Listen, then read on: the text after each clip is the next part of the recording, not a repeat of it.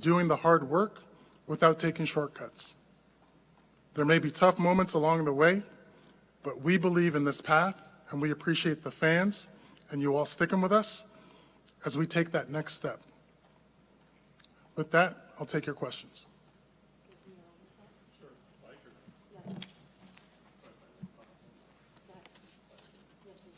Hi, Marc. Casey Johnson with Chicago Sports Network. Can you just kind of take us through the pre-draft process with Noah, like when you guys first scouted him, how much contact you had with him leading up to tonight? So the first time I saw Noah was last September. He was 17 years old. Played in Portland. That's the first time I saw him live. Obviously there are international scouts, saw him play at the youth level several times. But we've seen him live many times. We've watched a lot of tape on him. And, we're excited about, his ability to come in and play our style of play.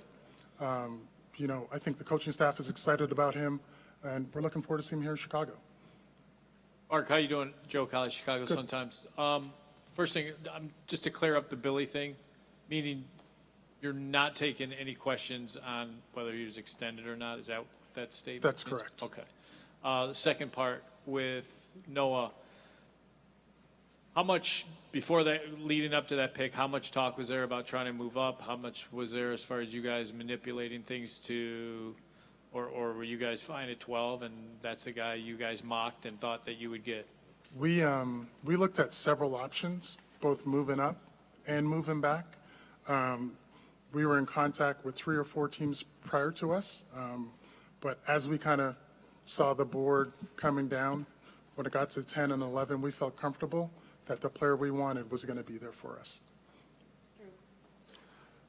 Drew Stevens with the Bigs. Marc, in giving you your latest contract extension, what did Michael compliment you on, and what goals has he set for you and Arturas moving forward? So as I stated earlier, we're not going to talk about contracts tonight per team policy. Sure, but it's not about the contract. It's about, what do you feel like you guys did well, and what does he want you to kind of focus in on and shoot for moving forward? So with respect to, expectations for us, it's to continue to build on what we've built. So as I mentioned earlier, we're a team in transition, and, we're all about bringing in young, dynamic, athletic players who can play the style of play that we want to play.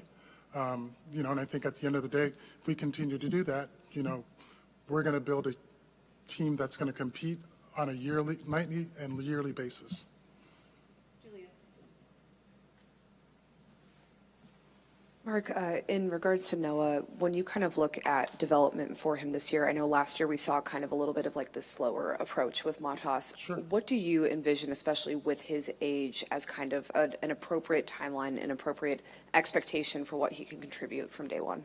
So in terms of his development, he's going to have an off-court development plan and an on-court development plan. Being only 18 years old, growing up in France, there's going to be a period where he's going to need to assimilate to, not only how we do things here in Chicago, but really how we do things here in America. We're going to put together an off-court plan that helps him adapt to his new environment, both on the court and off the court, and that's going to start as early as this weekend. Jamal Collier from ESPN. Marc, just with respect to the contracts, why sort of the lack of transparency with both Billy and kind of you and Arturas? Why sort of the lack of transparency about discussing that? Again, it's just team policy. You've been here longer than I have, and, that's always been the case. It's something that, the team just doesn't comment on. Cody Westrone with The Score. I think you got 12 players under contract. If you re-sign Giddey, I think that's 13. So with that kind of as the basis, just how much roster turnover do you guys expect to have this offseason? So we're going to look at we'll look at the second night of the draft tomorrow night. We have 45. We need to make a decision at whether we're going to select that, pick or not. There's always an option to two-way or trade up, trade back, or completely get out. So if we get out tomorrow night, we'll be at 13, and then we'll look at free agency. So we'll continue to look at different options, whether that's trades, free agency next week or in a couple weeks, And, we'll continue to tinker with the roster. And that, so for the second round, drafting and stashing a player overseas is in play for you guys as an option potentially? It's potentially an option, yes. John. Matt, it's going to John. When you look at John Greenberg, the Athletic, when you are looking at Essingay, what kind of player do you see? I mean, do you guys have projections of current players now that you see he could develop into? When you see a guy this young, like, what's your imagination? Where does it take you? I see him as a two-way player who can impact the game both offensively and defensively. His ability to get to the free throw line and play downhill is super intriguing to us. I think he'll be able to be a versatile wing defender. I think his game is a little bit similar to Matas in that, he can face up, he can post you up, he can get out on the break. His game's just very versatile. You like having that kind of, I don't want to say repetition, but, like you say, if his game's like Matas, you like having that kind of, those two guys with the same skill sets? I do. I like the length, the versatility, the ability to be switchable on defense. Those are all intriguing qualities. I know you talked about the process you guys have sort of to build the team out, but I'm just kind of curious of what your takeaway was from watching Indiana and watching the way the run they made to the finals. They're on a team with a bunch of superstars and such, made this run, and then the injuries that have kind of happened at Tatum that opened up the East and such. Just what do you take away from the way the playoffs, does that make you guys inclined to be more aggressive or inclined to change a plan when you see how the conference shapes out? I think the thing I take away from Indiana is just their style of play. They continue to come at you over and over and over. They play fast, in spite of what the score is, what quarter it is. And I think that's kind of how we played a little bit this year. They've got a bunch of players who can play on both sides of the floor, and that's exactly what we want to build here in Chicago, is players who are versatile, both offensively and defensively. You can't hunt any of their players.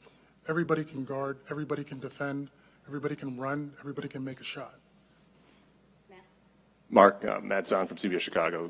Jamal touched on it a little bit, but does the fact so many injuries in East, it seems like the conference is a little more wide open. Does that change at all the way you attack this offseason, feeling like there's almost a window open at this point?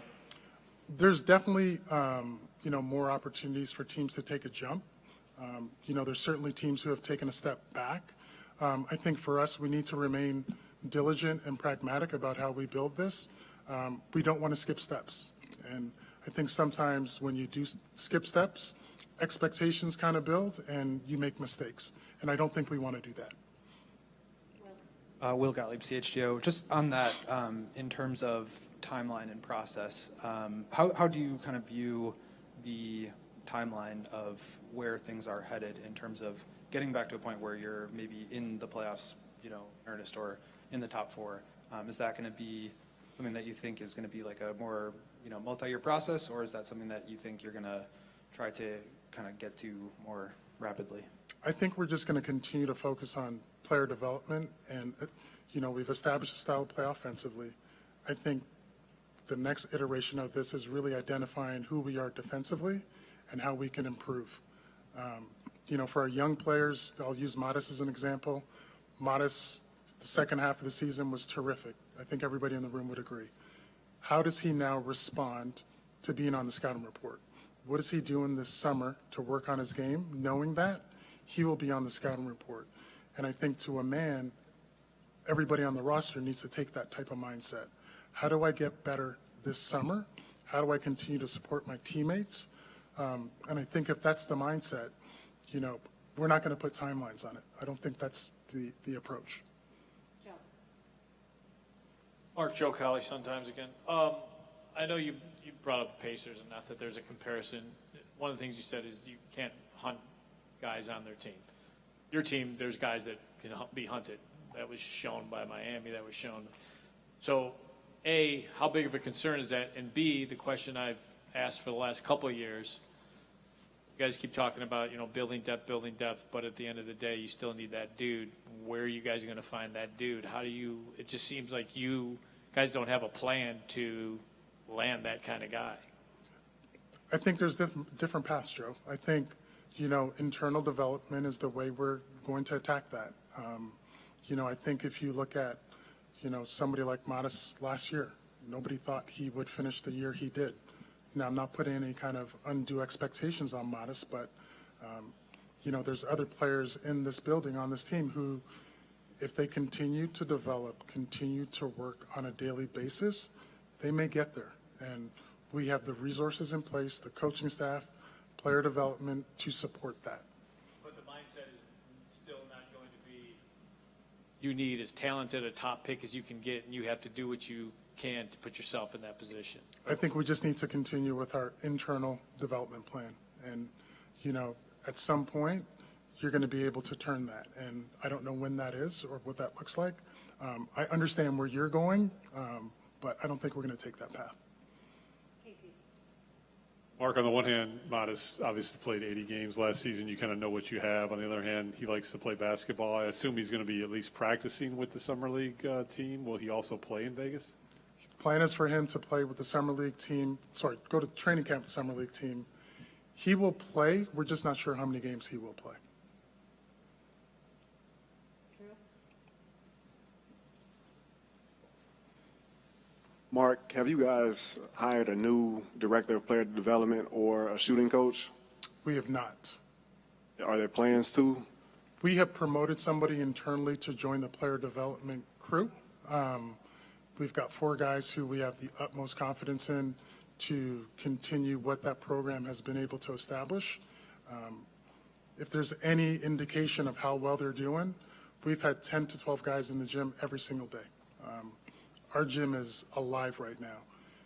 The notion that our players want to work and we've created an environment to where they want to work is something that we're very proud of. Our gym is busy every single day, and it's a direct reflection of Billy's guidance overseeing that player development department. And, I'm really, really proud of what they've done this summer. Thank you. We're done. Oh, sorry. Thank you. Okay, cool.